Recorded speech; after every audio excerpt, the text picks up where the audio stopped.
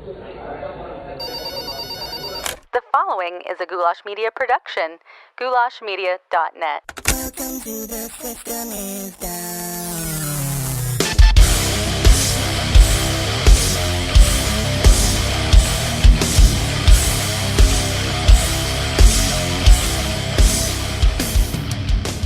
Hello, Downers. Welcome back to the very least comfortable show on the web. It is, of course, The System is Down, the place where we talk about all the uncomfortable topics like conspiracies, politics, religion, culture, all the things that make you go ew, things that ruffle your panties and wad your feathers. If you're new here, welcome to the show. Pleasure having you. Pleasure having you. I don't know how you found it, but if it was from another person, go find them, go hunt them down, give them a big hashtag #MeToo, kiss on the mouth, and a slap on the rear from you and from me, because I appreciate you being here for obvious reasons, and I think that you're going to enjoy it because you clicked on it for a reason, the reason being Joker. We're talking about Joker today. I've had quite a few people request that I review this movie, and I did see it on opening day, so we're a few days behind, about a week and a half behind on actually chatting about it, but I did want to put it out there. If you're in the Downers Club, you know that I do movie and TV reviews called Rotten Potatoes quite often, and I've been meaning to do one for this, but I felt like it deserved a full official episode to chat about it, because it's more than just a movie. It has a lot of cultural implications and a lot of buzz around it, so I wanted to do a full episode just chatting about Joker. And that's what we're doing today. I found somebody else who saw it, and of course it is our good friend Remso Martinez. From all the things that Remso does, you're familiar with him, I'm sure. But we broke the whole thing down and had a good lengthy chat about it. And even Johnny Rocket from Launchpad Media chimed in because he called Remso in the middle of the conversation. You'll hear all that and much more shortly. Before we get into that, got to remind you guys about the Downers Club, which is our patron program. It's what keeps the show going and getting bigger and better and more beautiful every single week. And like I said, it's the place where you can get bonus episodes of the show. You can get things like Rotten Potatoes movie and TV reviews, where we dig deeply into things in entertainment and media.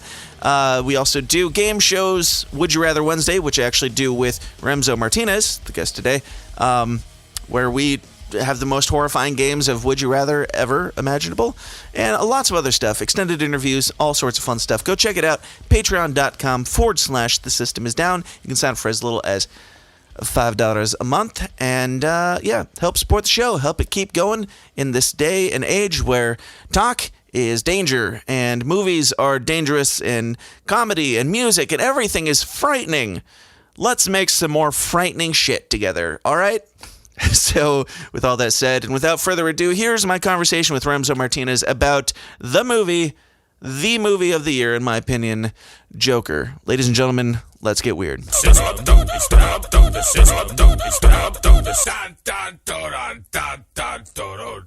All right. We're back with another fun-filled episode of, this is kind of a Rotten Potatoes episode, kind of just a whatever happens episode on a cultural phenomenon right now, and I've been meaning to review this movie. I've had a few people ask me when the hell I'm going to review this movie. I saw it the day it came out, and I've just been kind of poking around, holding off, because I know a lot of people, this is one that a lot of people definitely don't want to listen to spoilers on until they've had a chance to see it. So it's a couple weeks out now, and I think it's finally time. And I did find somebody else, because this film warrants more than just me solo ranting, or warrants bringing a guest on to chat about it with. So of course I brought on one of the biggest comic book nerds I could find, Remso Martinez. How you doing, Remso? Dan, I am doing great, and I'm so excited to be doing this whole talk about probably the biggest film of all time, Big Hero 6, which is incredibly underrated. Yeah, absolutely. I mean, it's a film for both families, small children, and veteran comic book collectors, and it's about time. It's only been about 5 years since it came out, but I think better late than never. So, Big Hero 6. Bonsai. To clarify, Remso, you saw the movie Joker, right? Oh, yeah, that was good, too. You want to talk about that instead? Personally, I would rather talk about that. I feel like it's a little bit, only slightly more important than Big Hero 6, but you do make some good points. I mean, I will push back on that statement, but I'm okay with talking about Joker. Joker was good too. Yeah, Joker was fine. So did you see it opening night, or when'd you go? I did. I saw it. It's great because now I get Fridays off, but I saw it Friday morning when I was expecting the shooters not to show up. And then I saw it Saturday. So I saw it 2 days in a row because I wanted to first watch the film raw, just, be fully immersed in it. I wanted to see it fresh again. So that way I could pay attention to a lot more of the details I may have missed the first time. But, this is I think somebody called it a force to reckon with. When I first heard that Todd Phillips, the Hangover guy, was going to be directing this film after Scorsese dropped out, I was a little bit upset about that. But ultimately, this turned out to be not only just an Oscar-worthy film, probably the best film of the year. And prior to that, I had been saying that Once Upon a Time in Hollywood was number one, followed closely by Avengers Endgame. But this took that out of the park. I'll probably say it's one of the best films in the past decade to come out. Yeah, I would agree. And I'm personally not a big fan of comic book movies much. I watch them here and there just because that's all that we have anymore. And I review them and all that stuff, but they've never been my go-to preferred. This film, I wouldn't even call this a comic book movie, though. No, and not to cut you off, but just one big thing, and this is how I knew this was going to get weird. They did not put up the DC Comics intro. I didn't even notice that. They went straight to the vintage 1985 Warner Brothers logo, and then it goes straight into the movie. And as soon as that happened, I was like, well, damn, they ain't playing around. Right. Yeah, and I will say that I also intended on seeing it again, and I still do, but haven't had the chance yet, and that's another reason why I've put this off for so long. But yeah, this is the first, not just comic book movie, but movie in general that I can remember outside of Star Wars actually wildly anticipating and really looking forward to going to see, because it seemed like, just from the tiny bit that we knew and all the talk around it, it seemed like, just even for the past year, it seemed like something that would be actually different, something that would give us something new and not just another retread of the same old. Even though it is, in a sense, it's a reboot or a reboot or an adaptation or what have you. It's really, that's like the least interesting thing about it, is the relation to the comic books. Yeah, I mean, you could walk into this movie never knowing anything about the Joker, which, one, everyone has an idea of the Joker. Like, for me growing up, it was always Mark Hamill's Joker from the Batman the Animated Series. Same. I mean, I just really did it. And then being in middle school at the time, it was Heath Ledger's Joker. So I don't think anybody, and I mean, like, Coca-Cola, McDonald's, Spider-Man, Star Wars, and Batman are like the most known things in the world. You can go any part of the world, bring up one of those 5 things, and somebody knows about it. But this was just so different. And I'm kind of happy because, being a DC fan, more preferable to Marvel, which I think, scares a lot of people when I say that. Sure. I prefer DC Comics to Marvel. The DC films have just not had a great track record. And, like Wonder Woman, I think, was really great. Justice League, I saw it like 5 times in theaters. I own it, and I still admit it's a terrible film. And then, I really liked Aquaman, but, like, even my dad, who I saw it with, he liked Aquaman too. He saw it at home the other day, and he's like, it's just, it doesn't have that good, I can watch it again type of feeling. So for them to basically go against, the forthcoming history of comic book films where everything has to be super connected and intertwined and stuff, for them to really just say, fuck it, good movie, that takes a certain amount of bravery, but I think that's also just better for the quality of films they're putting out as well, because when you can just do a good standalone single story and just make it as good as possible, that's amazing. Because Joaquin Phoenix is one of those, like he's one of those actors that just only does serious films. Right. And for him for him to jump on, he had to see something that was worth his time, which means it's probably worth our time as well. Oh, absolutely. Absolutely. Yeah, it's kind of the same as the last movie that you and I reviewed together, which was Spider-Man Into the Spider-Verse, where it's just, hey, we've done all that stuff. Let's just get weird with it. Let's try something new. That's what I was really looking forward to with this. And yeah, I was the same as you, where I heard that Martin Scorsese was initially rumored that it was going to be Scorsese and Leonardo DiCaprio as Joker, and I was like, that sounds intriguing. I don't know how I feel about it yet, but I mean, if Scorsese's going to make a comic book movie, which is ironic based on his most recent comments, but if he's going to make a comic book movie, it's going to be something really unique and weird and awesome. And then hearing that kind of fell apart, and then Todd Phillips got on, and then Alec Baldwin was going to be in as Thomas Wayne, and then that fell through as well. I will say that is one of those things. I think the actor who ironically played the congressman in The Dark Knight Rises, the one that the Catwoman kidnaps at the beginning of Dark Knight Rises. Yeah, it was funny to see him as Thomas Wayne in this film. I didn't even realize that was him. Yeah, and I mean, he was good in the role. He's not in the film very much, and his character isn't that much of... I think his character is more spoken about than he is actually physically present in the screen. But I actually do believe that was one of those things where it was like, as much as I would have rather had Alec Baldwin in there. Sure. Because Alec Baldwin, honestly, I think this is kind of funny. He hasn't acted in years. Except in maybe like the Mission Impossible films, except that, which isn't even acting Trump on SNL, if that counts. Like I genuinely do think that Alec Baldwin is a good actor when he's actually acting. All this other stuff is just a distraction. So I think I think it was a big loss that Alec Baldwin did not want to play Thomas Wayne in this film. Right. I think the guy that did it, who sadly I don't remember his name because he did a good job. Yeah. But I think if you had had Alec Baldwin in there, it would have just added a little bit of panache to it. I think De Niro, who I was kind of afraid would take over a lot of the screen time, he was in the film for just the right portion. Yep. Time needed. I mean, he really did captivate it. And I mean, just Phoenix alone. Phoenix is really the driving force of the film. Phoenix is like in 97% of the entire movie. Like every single shot he is in, pretty much. Which, I mean, a lot of actors are afraid of, even in the films where they're the lead protagonist.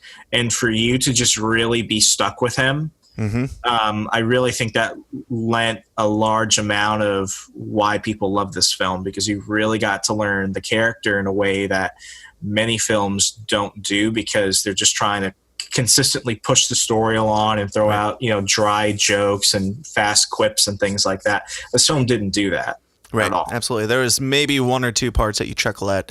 And I only laughed at one scene. Before we get into that, I gotta say, in case I forget during the intro, mass spoilers. This will be a heavy spoiler territory, so take it or leave it. Do what you want. It's your life. But what was the scene that you laughed at? When he drops the gun in the children's hospital. I did laugh at that. I also had a chuckle, for better or for worse, when the little midget guy is trying to get out and the door's locked.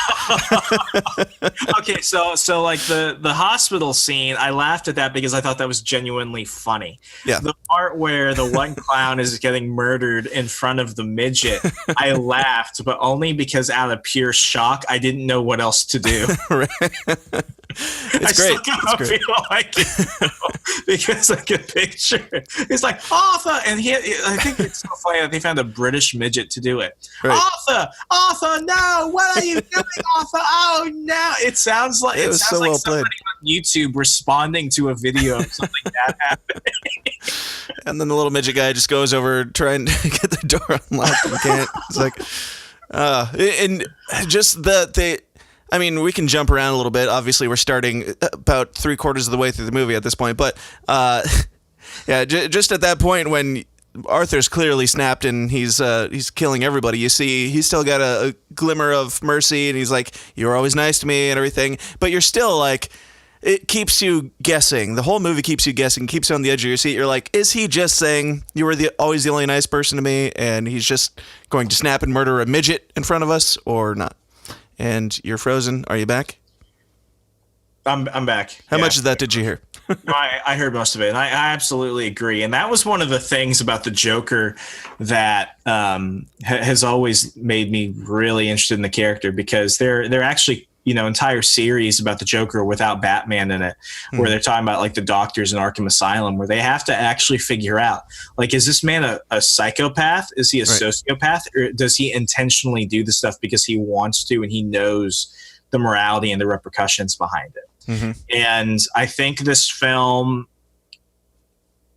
I think, and we could jump into why people thought it was going to be like a political statement type of film, like what The Dark Knight Rises was, because it goes into a lot of those, like Tale of Two Cities themes. But I think this is the most beautiful thing in the film. And Todd Phillips brought this up when he was talking about how woke culture killed comedy and everything.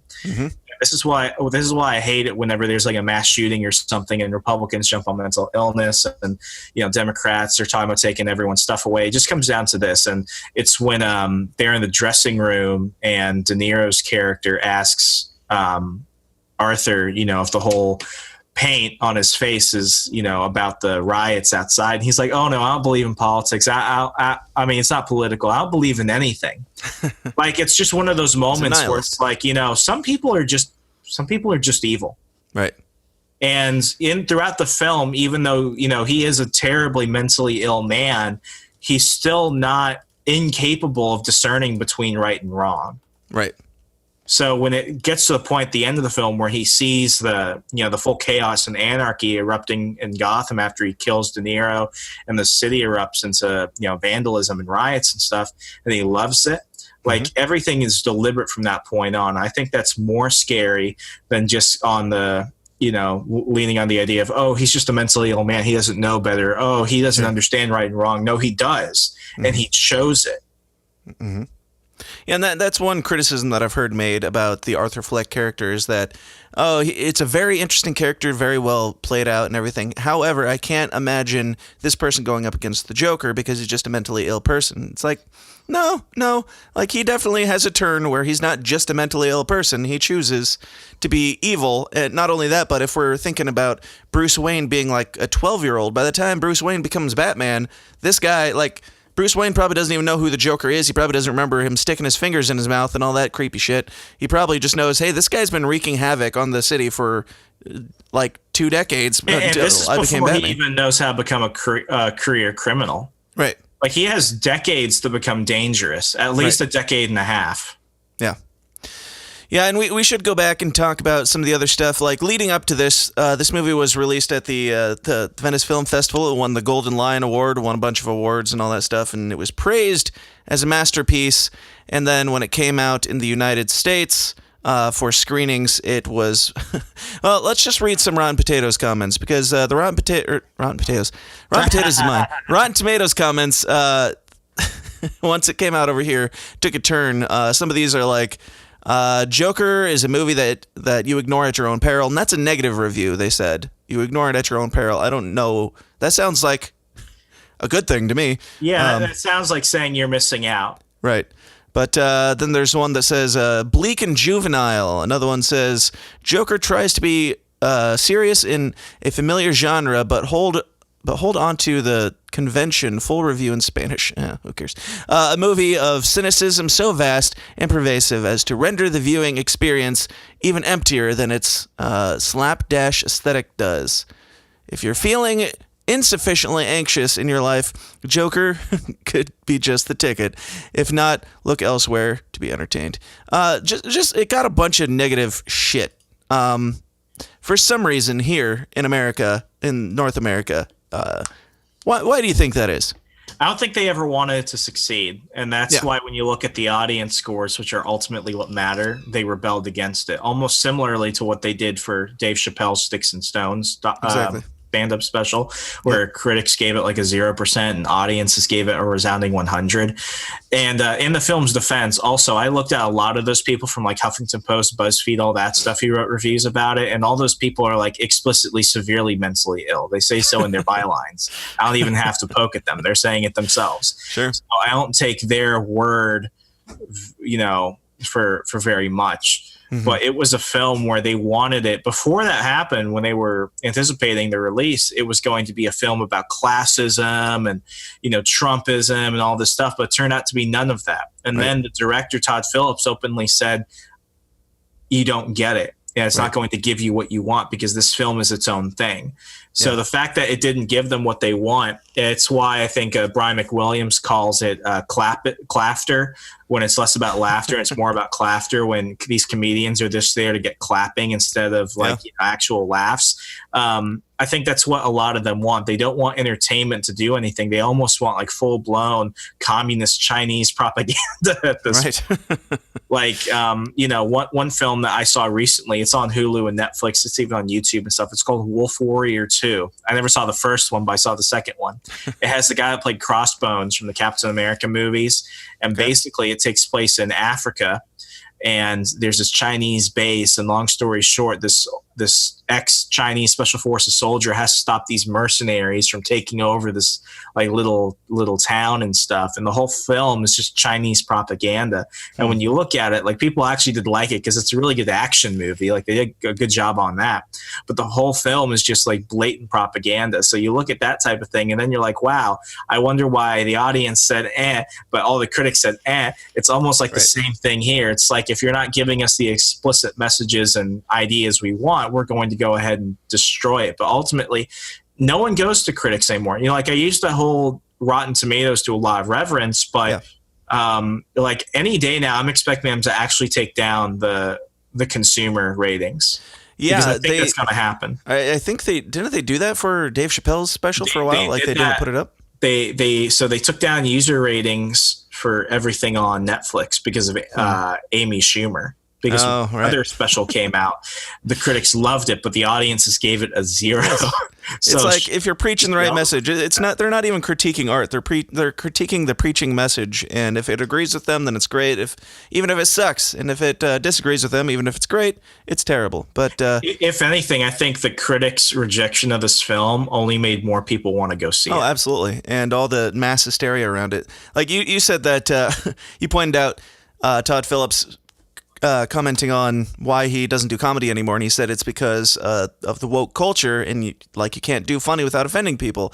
And in like pure ironic fashion of all these people who created woke culture, they got offended by the fact that he has a problem with woke culture. It's like, could you be any more tone deaf? Like, you're getting outraged because he said, I'm not going to make that because you will get outraged. And they got outraged about this, too. Yeah, and to make somewhat of a political statement, I want to go back to focus on the film because, I mean, there's a lot we could talk about that. But my big political statement is this.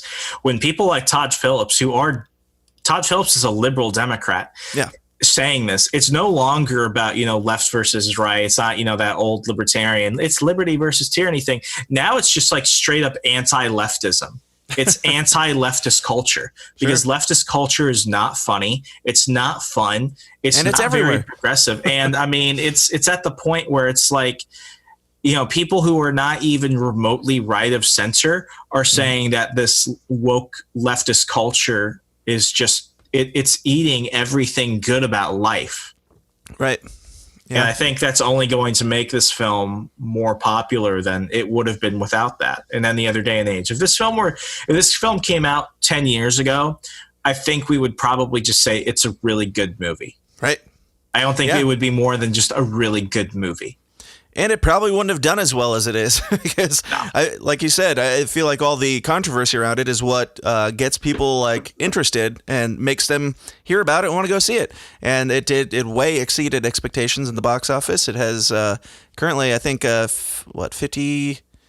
What was it? 500 some it's million like $500 dollars. million just in a couple of days. Yeah, it's insane. I think it already broke the Avengers weekend release numbers. Wow. For Endgame, and that took all the money in the world. Right, and this took 55 million total to make. It's a really, as far as Hollywood goes, it's a really low budget character piece, which we don't get anymore. Especially we don't get at this level of success anymore. Yeah. And everybody, you said that there were armed guards. They were talking about that. There were some even here in little Podunk Nowhere, Illinois. There were armed guards at the theater, and I feel like from a political standpoint, I feel like at what point can we say that the media is like a terrorist organization? Because they're literally pushing for somebody to do something so that they'll have something to talk about. Yeah, so I mean, to play devil's advocate, the Washington Times didn't jump on that bandwagon. I'm so happy we didn't. Somebody wrote a Joker op-ed basically attacking the film for artistic reasons, but nothing that any of the leftists attacked it for, which I was like, okay, well, that works. But, CNN, MSNBC, the New York Times, Huffington Post, Vice were all saying that this was going to lead to like incel terrorist attacks. Yes. Like it's just ridiculous. And as somebody that went to go see The Dark Knight Rises the morning of the Aurora theater shooting, like it's at the point where people just want to go about their days. They just want to move on with their life and just enjoy it. Because, if something's going to happen, it's certainly not because the media baited it into existence, but the fact that they were almost orgasmically crying for that. It's the same reason why I take none of them seriously when they try and take a anti-war, pro-war policy in terms of the era of Trump, because the only time the media has ever liked him is when he bombed something. Right. And when he talks about daring to discuss the idea of ending endless wars, they hate him. So, like, I don't take any of these people seriously, especially CNN. They are probably the most violently, they spat out the most violent rhetoric south of probably MSNBC. You expect it from MSNBC, but CNN is much more vitriolic about it. And when they were talking about all these things happening, like there was an incident in New York the other day where a guy was laughing and clapping at one inappropriate scene. It's like, I've seen shit like that happen in movies before. It never ended up on the front page of the New York Times. It's like somebody going to see like Saw or something and being like, wow, that was an amazing death. Good. That was awesome to see. Like, it doesn't mean that they're murderers. Yeah. And you mentioned CNN. A quote from them, a direct quote. I think I fudged some of it, so it's not quite direct, but this is the gist. It was like, they said that Joker was the story of a sad white man dragged down by equality-demanding feminists and climbed over by upstart non-white masses. Things that aren't in the movie. They didn't even see the freaking movie. Right. Like, his love interest is a black woman. Right. His love interest is a black woman, and she doesn't even. Okay. Yeah. We already said spoilers. She doesn't even know who he is. She doesn't even know his name. She's not rejecting him or anything. It's all in his head. How can he be an incel if he thinks that he had sex with her? If he's convinced that he had sex with her? Like, he's not even like, according to the FAFSA, white. He's Puerto Rican. Right. That doesn't matter. He looks white. He belongs to us. When it comes to whites, all that matters is how you look. But yeah, this also brings up, I've heard the term incel thrown around, and until digging into this movie, I did not even know what it meant, and I find it absolutely hilarious that it has such a name. In our post-Charlottesville world, the media has to create white supremacy for it to happen, just like Jussie Smollett. If America is that bad, then why did you have to pay 2 Nigerian dudes to attack you? Exactly. You know what incel means, right? Involuntarily celibate. Yes. How is that? I mean, so you're a dude who can't get laid, and we have to come up with terms for it and make it out to be this big scary thing. This has always been a thing. Are they like going to become a protected class? No. We got to start giving out scholarships for that. Hey guys, this is Dan's wife, Kayla. I just wanted to interrupt this podcast to let you know that he puts a lot of work into it for currently no monetary profit. And he has a family to feed.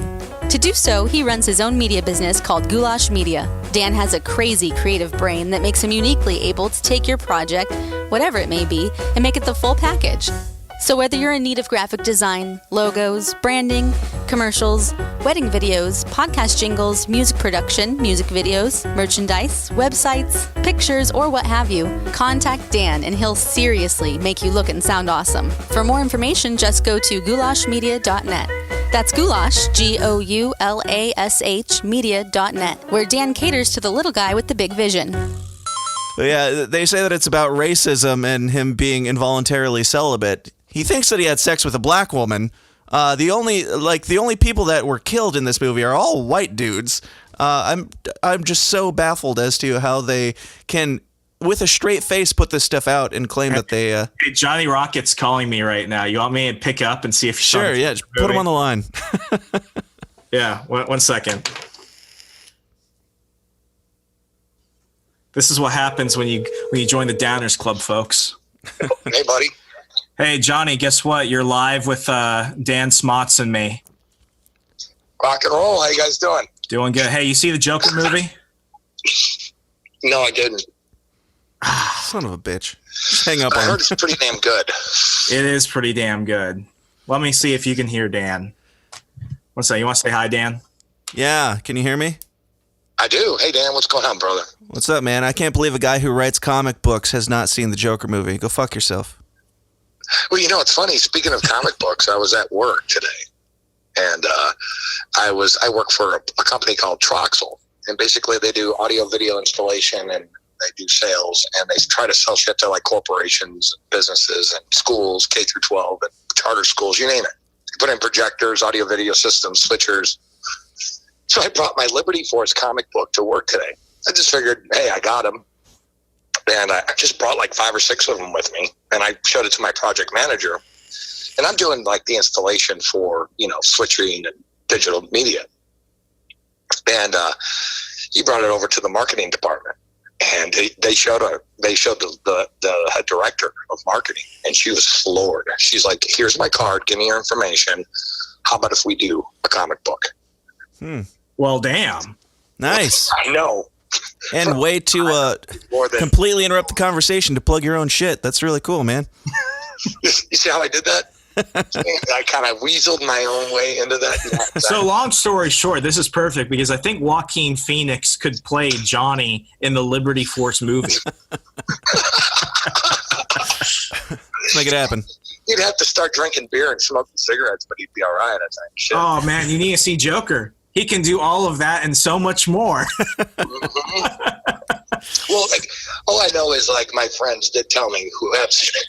I'm not in a real big position to see any movies right now. However, they were very adamant, saying it's exactly what they hoped it would have been.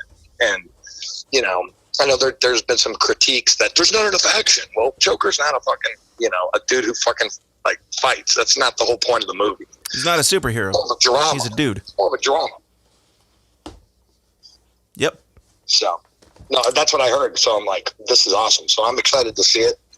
It's a new twist on a superhero film. And only thing is, I'm still not really sure why it's so controversial.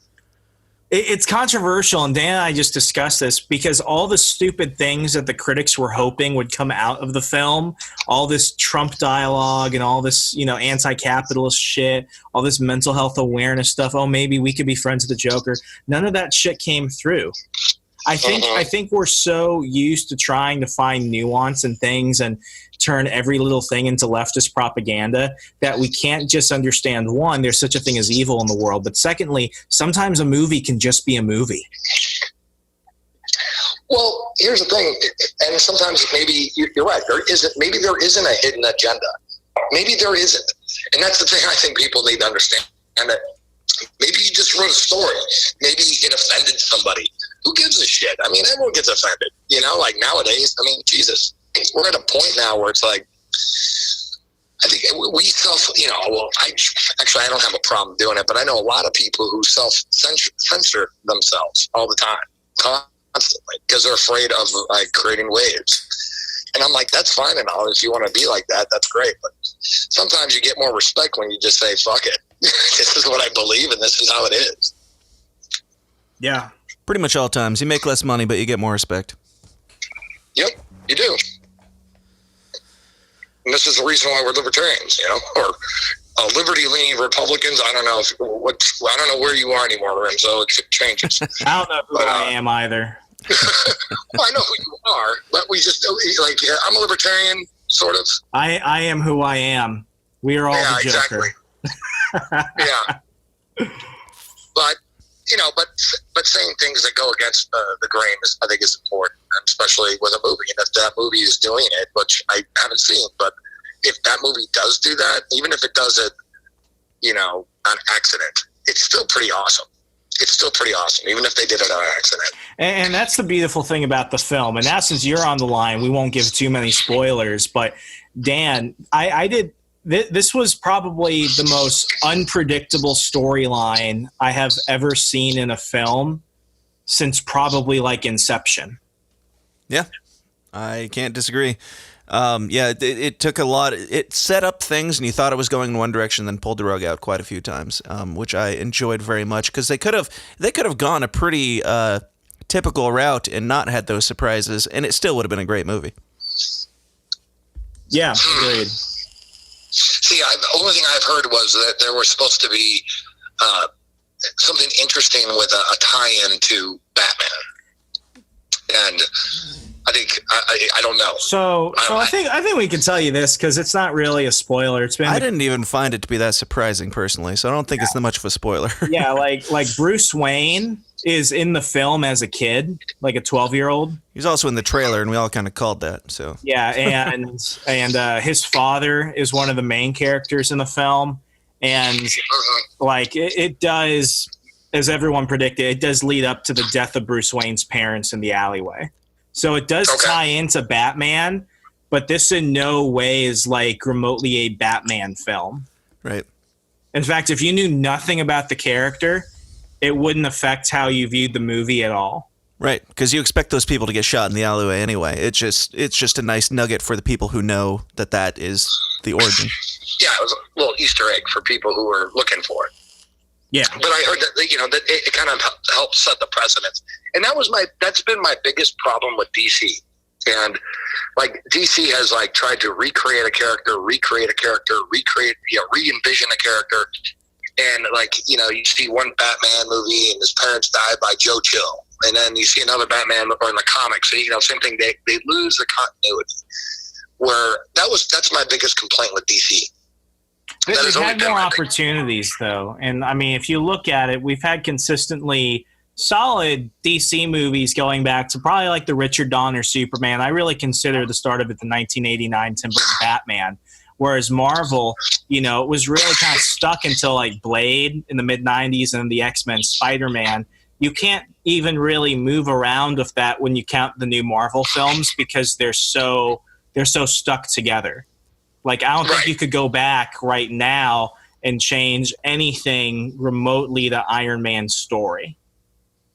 No, you could. It's set in stone. It's set in stone now. But Marvel's been pretty good with that, even in the comics. DC keeps recreating Batman. I mean, like Batman from the 40s and late 30s to 40s, he was completely different than he was in the 50s. And then he was different in the 50s than he was in the 60s. And 60s and 70s, it was just terrible.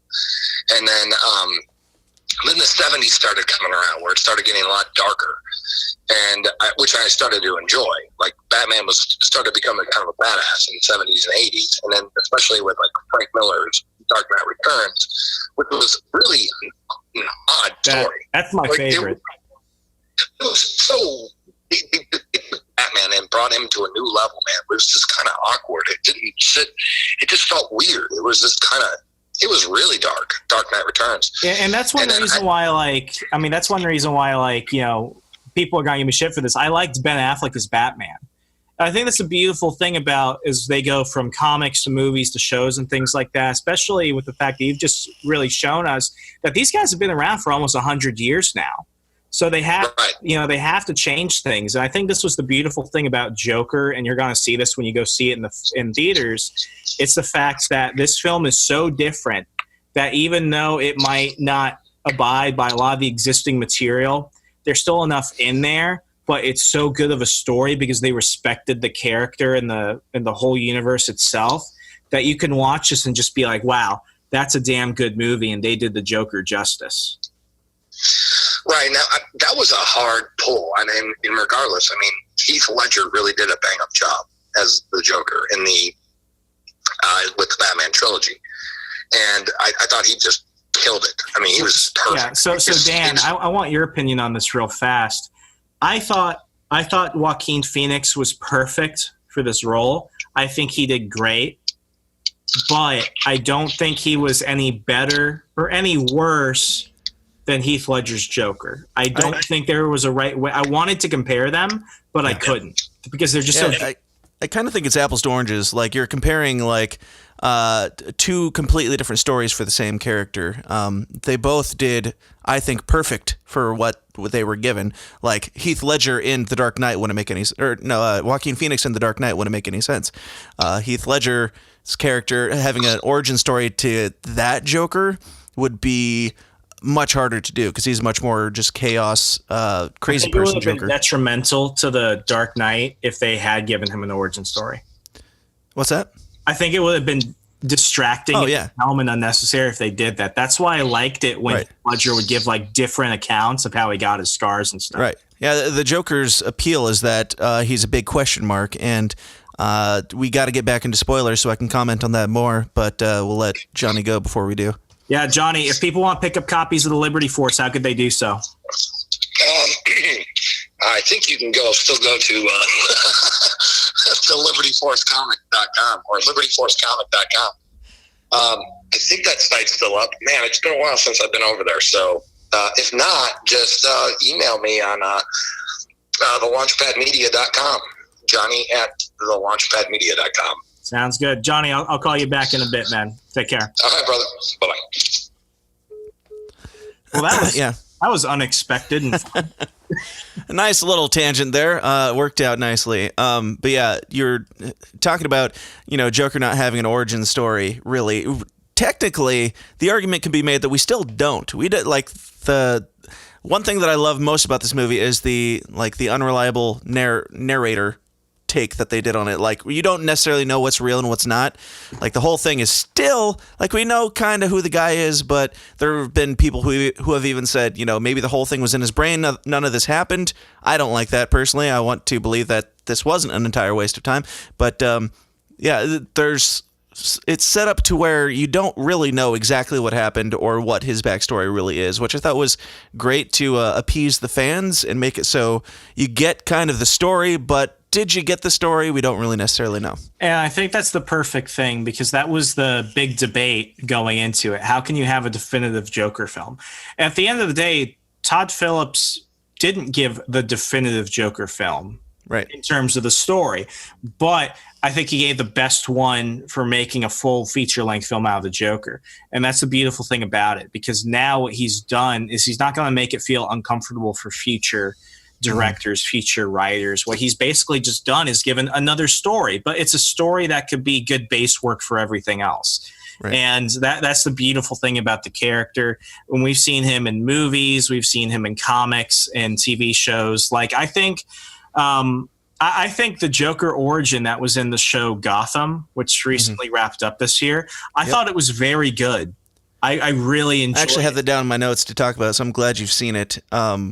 I liked it. I liked where they were going, the middle season when it was getting kind of crazy. Yeah. I loved what they were setting up. I don't necessarily like the way it played out, but I like what they were setting up there. I think the payoff on a TV show, because you'll always understand it will always be confined to that. I think there was no way they could win, but if it weren't for Monahan, or I forget the actor's name. The kid is phenomenal. Yeah. I can't wait to see him in more films.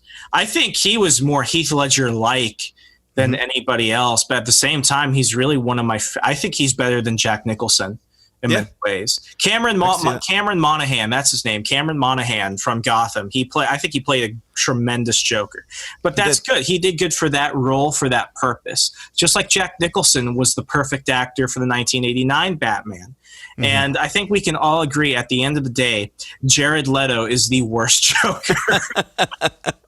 I was going to ask, do you hate him as much as, compared to all the others, I can say he's definitely bottom of the barrel, but there's a part of me. I don't hate him, though, because I think every Joker serves the purpose of the story. Yeah. And I think he works fine in that world. Yeah, I think for Suicide Squad's purposes, he served the purpose of that story, so I'm okay with it. I like Marilyn Manson Hot Topic Joker in a way. Honestly, that movie would have been better if they had more of Marilyn Manson Hot Topic Joker and focused more on him. So I have seen the extended cut of Suicide Squad with the extra footage from Jared Leto's Joker. Yeah. And I can tell you it really made no difference. Sure.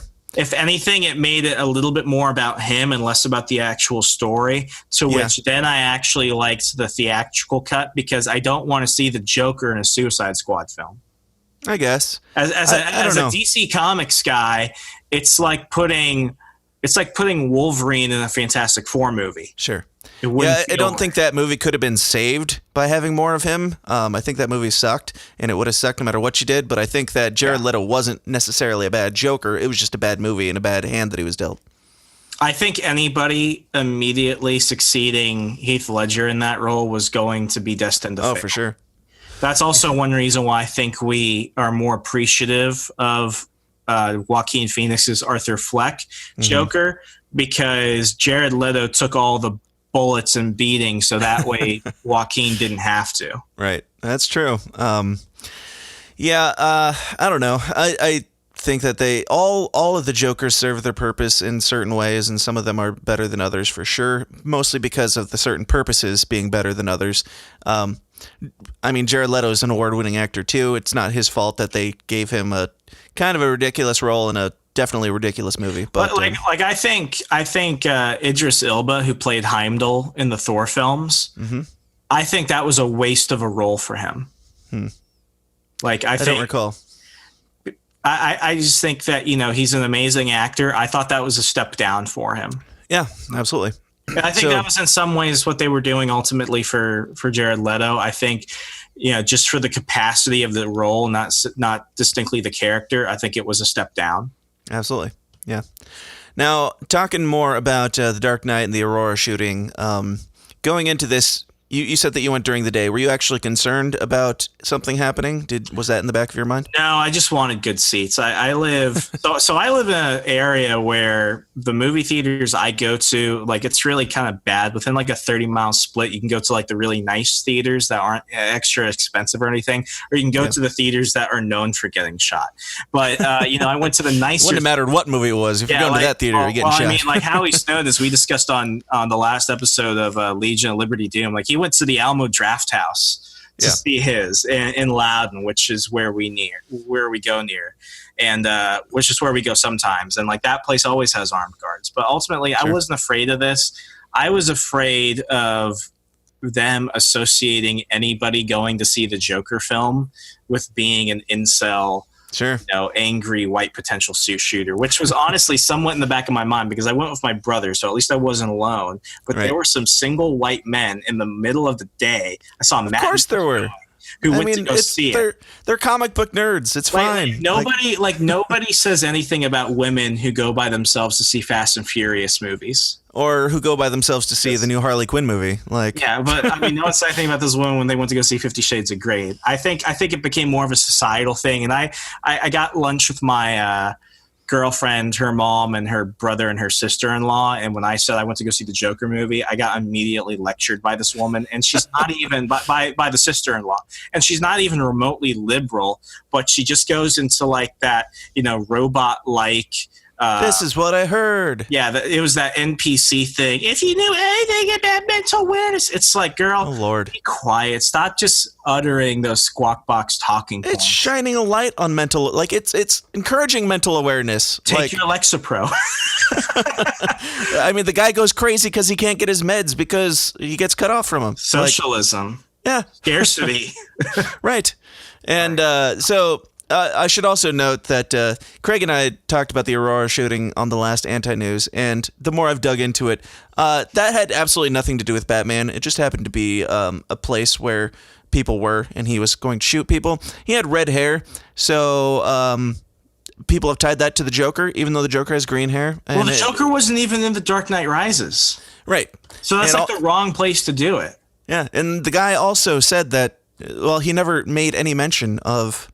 being a Batman fan or having anything to do with it. That was an ABC creation. That was an ABC CBS creation. That had NBC. They did that before CNN even started running with it because CNN actually doesn't make talking points. It's actually ABC, NBC, and CBS. But when CNN started picking it up, it was their thing. They created the narrative behind that. Right. And ultimately, I think, the one thing that Todd Phillips can teach us all, it's be brave with everything you do. If you're going to make a movie, go all out and just do it for the sake of doing it. Do it because you love it. Don't do it because you feel anything otherwise. Can you imagine being Jared Leto and being the only Joker that hasn't sparked mass hysteria in the last 20 years? I don't remember any shooting threats when the Suicide Squad came. Nobody had any concern about that guy. But I got to ask, for me, I was in a much more full theater than it sounds like you were. Well, when I went to go see it Saturday, it was full. I got one of the last tickets. I saw it at night, too. Sure. Yeah, we saw it opening night, and I didn't have any concerns really, but there's always something there in the back of your mind, just based on what the stupid media is, hyping up, and maybe this will spark something to happen. But I will say, when Arthur Fleck sneaks into the movie theater, I thought that was a little surreal, like a little bit creepy, because we're like all sitting in a movie theater. Well, all these people talk about somebody's going to get shot in a movie theater. Arthur Fleck goes into a movie theater with the intention of harming somebody. And I was like, this is a little bit creepy. That's kind of meta now that I think about it. I didn't think about that when I first saw it. Yeah, I leaned over to my wife and I was like, all right, this is getting a little weird now. I mean, nothing happens. Nobody even got shot in that theater, but it was very strange. Well, I will say the one part of the film where I was like, what the, like a real WTF moment was after he killed the 3 Wall Street guys and he goes into that one bathroom and he starts dancing. I found out why. I found out what the inspiration was from that was. Do you know the famous French mime Marcel Marceau? I know the name, but no. So Marcel Marceau is the world's most famous mime, and he did a routine called The Mask, where basically he's a mime trying on different masks and stuff, but the smiling mask he can't get off. So like I've seen the video, like his smile is big, but as he tries to tear it off, you see all the expression in his eyes. So according to the reason behind why Arthur does that is that's the only way he can express how he feels. Like he is a joke. He is a man trapped inside himself. So that's why he does that. I like it. He goes full mime, and that's his transition. Yeah. Because now he went from being the man suffering to the man empowered. Right.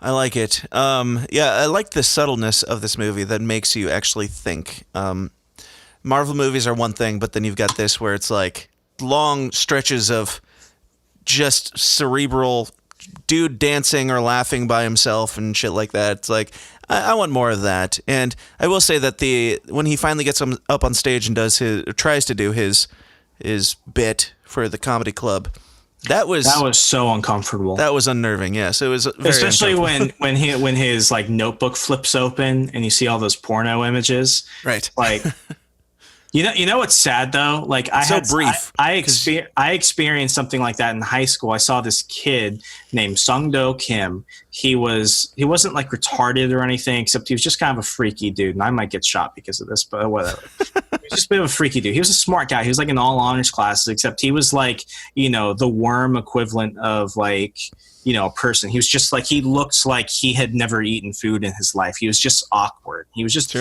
a weird guy, barely spoke English. All the popular kids in my class voted for him to be our class's Mr. Centerville, which was kind of like a contest for Centerville High School where I went. And part of his thing that he had to do was he had to sing Firefly on planet Earth. That he had to sing that song. So they did that knowing he would be forced to perform. So I remember sitting in the auditorium as he's singing, and it's terrible.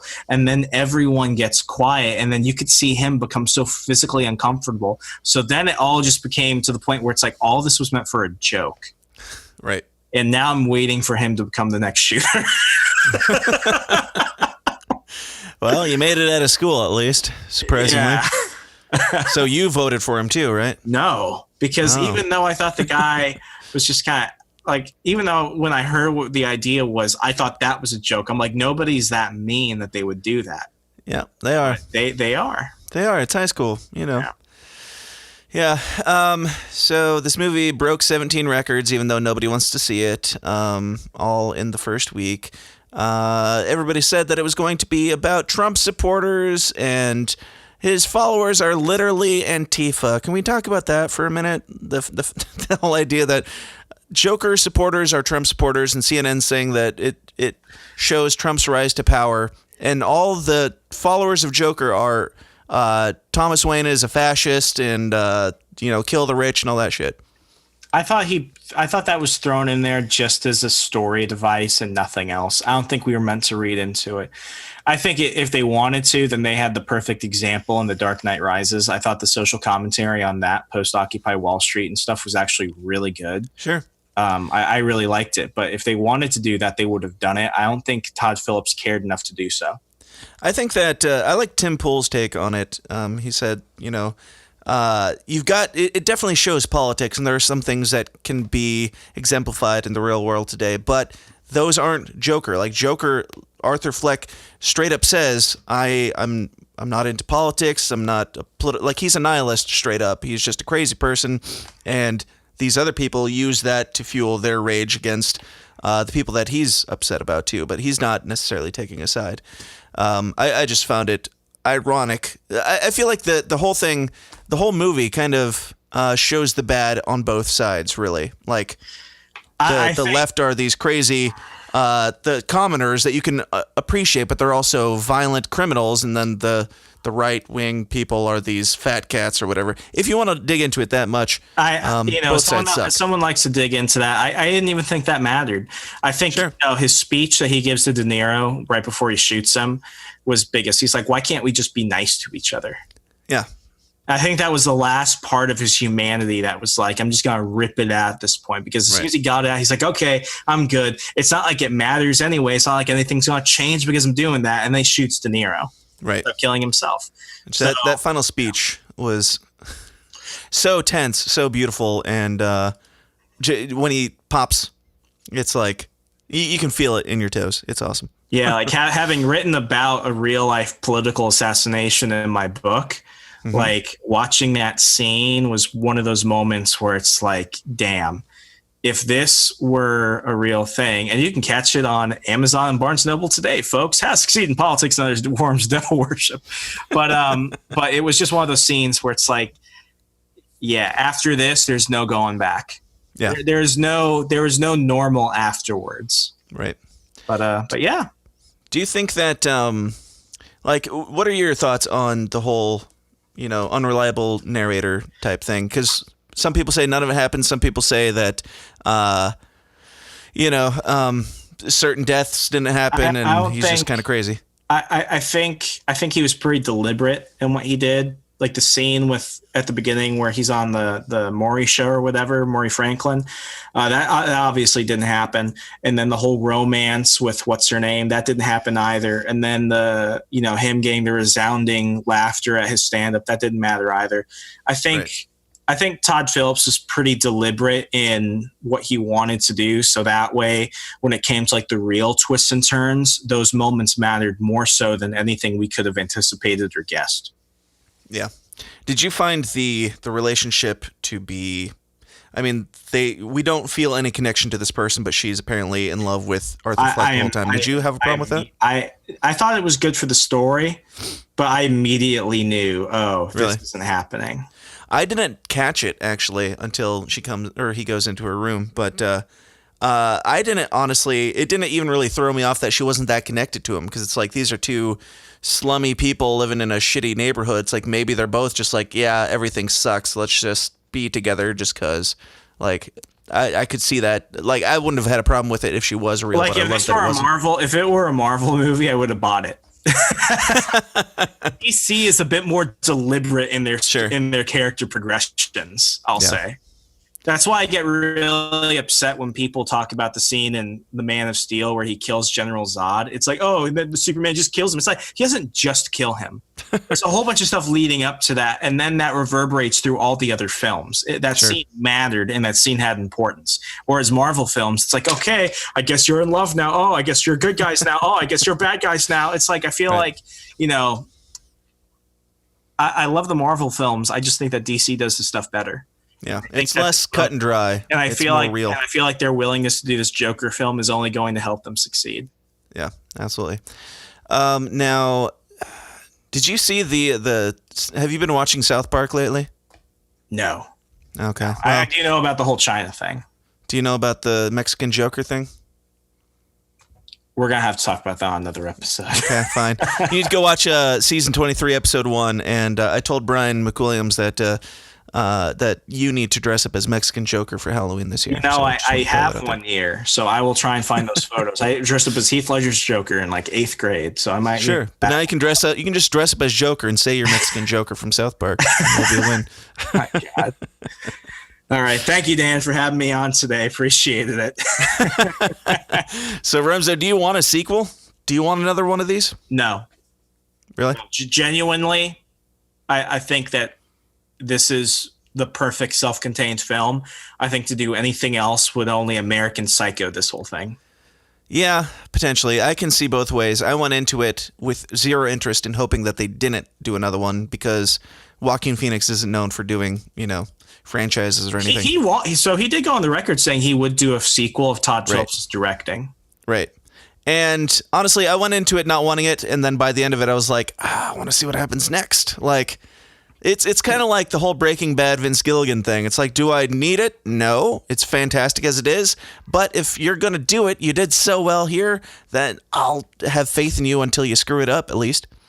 Truth. So I'm open to it. I would like to see what happens next, but I'm totally fine if I don't. Remso, what would you give this movie on an A-B scale? Man, I'm giving it the full McGilla. 2 thumbs up, 5 stars, A+, plus, extra credit. I cannot find a single fault with this movie. Really? Except maybe what I mentioned about Alec Baldwin, but that's like a personal preference. Yeah. Now, some people have said that it harkens way too much to Taxi Driver and Martin Scorsese films, King of Comedy and that type of thing. Have you seen those movies? Do you know? I saw them only because people told me to watch them before the Joker, but I don't think it made any difference. Sure. And it wasn't like the themes were there, but it doesn't, who fucking cares? The final product was good enough. Like, who fucking cares? Yeah, it's like in a world where everything's a reboot, everything's a rehash, for somebody to take beats from a movie from the 80s, like, just get over it. It's fine. Like Quentin Tarantino is my favorite director, and he openly steals from other movies. Right. And they're still good. They're still essentially Quentin Tarantino. Yeah. Because he respects them enough to, do an homage flick to it. But, yeah. For sure. Yeah, I personally would give it... the day and age that it came out in, I would give it an A+. If it came out 10 years ago, I might have given it an A at the lowest because it's still fantastic. But yeah, the fact that we don't have great movies anymore, in my opinion, sets it up just another notch higher. That somebody's willing to, put their balls out there and say, "Hey, I'm going to do this thing. Everybody's going to hate it." Supposedly, I would, I will make one change though. I will say that this is not a film I would probably watch again at home. I would still probably say I would rather watch Once Upon a Time in Hollywood again. That's still probably my favorite movie of 2019. I still haven't seen it. It's good. Yeah, I will probably watch it at home, but I just enjoy the craziness of it and the beauty of it. It was worth the box office price. For sure, and I will go see it again. I will say that if you're looking for a comic book movie, if we haven't made it clear enough, it's not for you. If you're looking for even action and violence, it's not necessarily for you either. Do you have any? Do you feel like there's any credibility to people saying it's dangerous after seeing it twice? Not at all. Really? Not at all. I mean, it's just John Wick wasn't fucking dangerous. Right. To me, there's 99% of me says no. There's about 1% of me that says maybe I could see kind of where some people, if they're being honest, I could see where they're coming from, because this digs deeply into the psyche of a madman and actually, a relatable madman. What I will say, and this is perfect because it's another Joaquin Phoenix film. I think everyone needs to go watch The Master on Netflix, because that movie talks about cults and stuff like that. It's basically a spin on Scientology. And I think that movie had the potential to do more societal damage than anything, but then again, no one went to go see it. And I think it's a really good movie too, because it had Philip Seymour Hoffman. It was Yeah. one of the last films he filmed before he died. Mm-hmm. And that has Joaquin Phoenix too. And his character in that film is almost I'd say identical to Arthur Fleck. If, that's okay. Honestly, like if I'm going to make a conspiracy about this, I will say that The Master is almost like an unofficial sequel or prequel to The Joker. But just a thing. They're good films. They're remarkably similar, but they're different. But that film had the potential to do more, but it didn't. Yeah. I'll have to check it out. All the Joaquin Phoenix movies I've been intending to see, 'cause he's definitely one of my favorites. And this has definitely solidified him in the tops for me for acting-wise. But I'll go check it out. Remso, it's been a pleasure. Tell everybody where they can find out all the shit about you and all the millions of things that you always have going on. The Witching Hour Season 2 coming to a channel near you. You can also catch us on YouTube at Argos Paranormal. Witching Hour Season 2 coming soon. You can go ahead and catch all my books and more at rwmartinez.com and yell at me on social media at HeyRemso, HeyRemso. All right. Well, at Hey Remso, it's been a pleasure and always a pleasure. And we'll need to do some Would You Rather soon for the bonus content, but not now. Not now. Absolutely. Soon. Take care, Dan. All right. We'll see you later, man. Bye. Hey, guys. Thanks for sticking around to the end. I hope you enjoyed my conversation with Remso Martinez about a Joker. Joker, the movie Joker, 2019. Joaquin Phoenix, Todd Phillips, all sorts of beauty. It's great. It's just great. I can't say it enough. It's great. It's not for everybody, but it's great. Kind of like Tom McDonald. It's great, but you're probably going to go, ugh, ugh. All the things that I love. The things that make you go, ew. It's an unsettling movie, but if you're okay with that, I highly recommend you go check it out. Joker, in theaters now. That is, I'll just say it's a promotion. Today's episode is sponsored by Joker. In theaters October 8th, 2019, a couple weeks ago. But, if you haven't seen it, go see it, and let me know what you thought. Let me know in the System Is Down forum, which everybody can join for absolutely free at Facebook. We are still currently allowed to be on Facebook. We have gotten some warnings, so who knows how long that'll last, but we are still currently on Facebook. Just go to Facebook and type in the System Is Down forum, ask to join, and I will get you right in there personally, right away. It's just a place where we're having these uncomfortable conversations, talking about things, doing so in a civil manner, being nice, being good people to each other, but talking about hard topics and just having some fun, being weirdos. So you can check it out on Facebook or just go to tsidpod.com/forum. You can also join the Downers Club by going to patreon.com/The System Is Down, which is our Patreon program that keeps this going. It's what shows your love for me in dollar amounts, quantifiable dollar amounts, and I appreciate them all very, very much. Every single dollar that I make goes right back into making the show better and pushing the show out there and doing everything that I can to make this the best viewing and listening experience for you and your greedy little ears. So please consider, if you like what you've heard and you want to hear more, check it out, subscribe, like, share, and join the Downers Club at patreon.com/The System Is Down. And like I said, hit all the buttons, the likes, the shares, the subscribes, hit the little bell on YouTube. Anything that you can do to work against these algorithms that are pushing down and down and down. Anything that is slightly controversial takes a backseat these days. And controversial can mean anything. It can mean a comic book movie where a guy shoots about 6 people. I don't think we mentioned it in the episode, but there's very little violence in this movie that's supposed to be dangerous because of violence. John Wick, Deadpool, Logan, all these movies have way more violence than Joker does. But this one, for some reason, got all the controversy, which is why it's perfect to talk about on this show, because we're harmless. We're harmless. We're just exploring the world. We're just trying to have a good, weird, fun time. Excuse me. And the powers that be don't seem to like when we have a good time. Not doing anything to hurt anybody, but just talking about conspiracies, politics, and religion is enough to make you an offensive asshole these days. So help us out. Help this out. Help it grow. Click the buttons on the Minds, the Gabs, the Twitters, the YouTubes, the Facebooks, the Instagrams, all the things, all the places where you do the things that you do on a daily basis. Consider supporting us there. It's free and helpful. Also, go out and have a good old-fashioned conversation with somebody this week. Talk to them about the Joker. Talk to them about what their thoughts are on it, if they thought it was dangerous. Like Remso said, some people just take what they hear and they go, if you only knew what I know. It's like, what if I do? I think it was his sister-in-law or somebody saying she was talking like it was dangerous and she hadn't even heard it or hadn't even seen it. Same with CNN. CNN's making crazy outlandish claims about the movie and they haven't even seen it, clearly. They've either not seen it or they've seen it and they're being dishonest because the things that they claim were in the movie weren't even in the movie. I don't know what movie they watched, but it wasn't Joker. So go out and talk to somebody, have an open mind. If somebody is concerned about it, be nice, be humble, be caring, and try and hear their point of view. But, you can let them know that they're wrong. Because, come on. What are we doing? We're back to this again? How many times do we have to prove that violent video games, violent movies, and violent TV shows are not what's causing violence?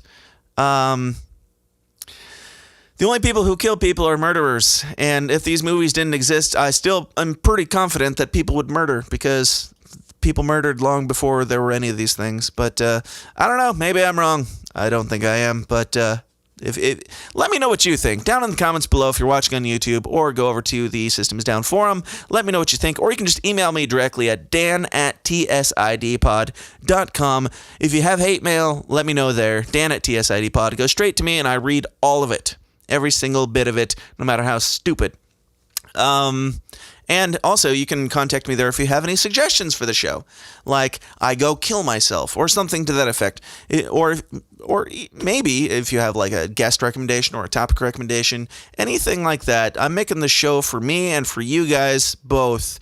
So I want to do stuff that I enjoy and do stuff that you enjoy. So if you got any thoughts, let me know at dan@tsidpod. Also, be sure to tune into our other show every single Friday on this channel. It is the QAnon Chronicles with Scott McElroy.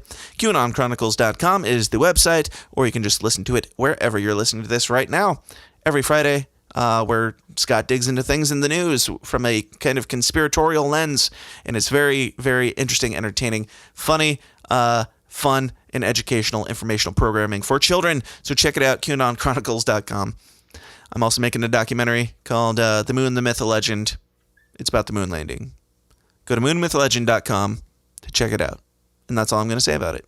All right, that's it for me today, guys. Thanks for listening. The plan is, of course, as it is another end of the month, like I said last month when we did the anti-news, we're planning on doing anti-news the last Monday of every month as a recap of the month. And anti-news is where Craig and I come on and we just poke fun at everything that's going on in the world and have a good old offensive time of it. So tune in next week. That is the plan, as long as everything goes according to plan and Craig doesn't suck. We'll be here with the October recap of anti-news. And it will be our Halloween episode, which means that we'll be here in full Halloween costume attire, just like the good old days. So tune in. And, of course, if you'll have me, I will be right back here first thing next Monday morning with some more uncomfortable conversations for you. Until then, ladies and gentlemen, please continue to question everything, stay uncomfortable, and I'll talk to you then. Thank you. This has been a Goulash Media production. goulashmedia.net. This concludes our broadcast day. Click.